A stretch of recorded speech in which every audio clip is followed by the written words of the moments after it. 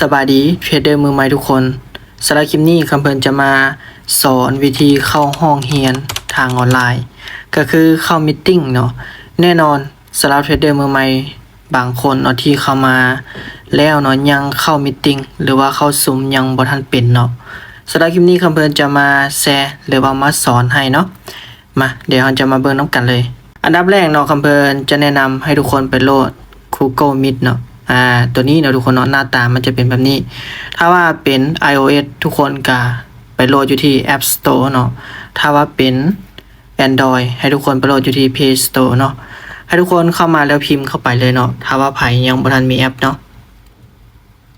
เข้ามาแล้วให้ทุกคนพิมพ์เข้าไปเลยคำว่า Google Meet เนาะแล้วทุกคนเซิร์ชเลยให้ทุกคนเซิร์ชหาเนาะหน้าตามันก็จะขึ้นมาเป็นแบบนี้นะทุกคนเนาะแล้วให้ทุกคนดาวน์โหลดเลยเนาะหลังจากดาวน์โหลดแล้วอันดับต่อไปเนาะถ้าว่าจะเข้ามีตติ้งเนาะมีตติ้งคือทุกคนได้เข้าร่วมแต่ละกลุ่มของแต่ละอาจารย์เนาะที่เพิ่นได้ดึงเข้ากลุ่มศึกษาเรียนรู้เนาะแล้วจะมีลิงก์เนาะให้ทุกคนเข้าไปกลุ่มใดกลุ่มหนึ่งก็ได้เนาะสมมุติคำเพิ่นจะมาเข้ากลุ่มศึกษาของคำเพิ่นเนาะคือสมมุติกลุ่มตัวนี้เนาะกลุ่มนภัสเพชรก็ได้กดเข้ามาแล้วเนาะตัวนี้จะเป็นลิงก์เนาะทุกคนเนาะตัวนี้จะเป็นลิงก์หรือว่าเป็นมีตติ้งสอนของแต่ละอาจารย์เพิ่นเนาะก่อนที่ทุกคนจะเข้าเนาะทุกคนเช็คเบิ่งก่อนเนาะเช็คเบิ่งโมงว่าโมงนี้นี่อาจารย์เพิ่นสอนอยู่บ่เนาะ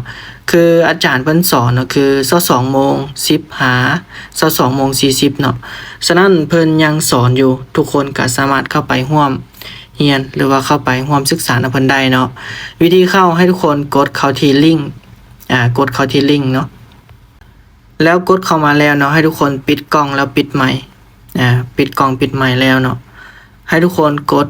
เข้าร่วมได้เลยกดเข้าร่วมมีตติ้งถ้าว่าเฮากดเข้าไปแล้วเนาะทุกคนเนาะถ้าว่า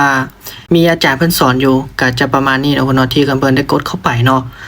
ก็จะเห็นอาจารย์เพิ่นกำลังสอนอยู่เนาะทุกคนก็สามารถเข้าไปร่วมเรียนหรือว่าเข้าไปร่วมศึกษากับเพิ่นได้เนาะสำหรับคลิปนี้ขอบใจเด้อทุกคนเด้อ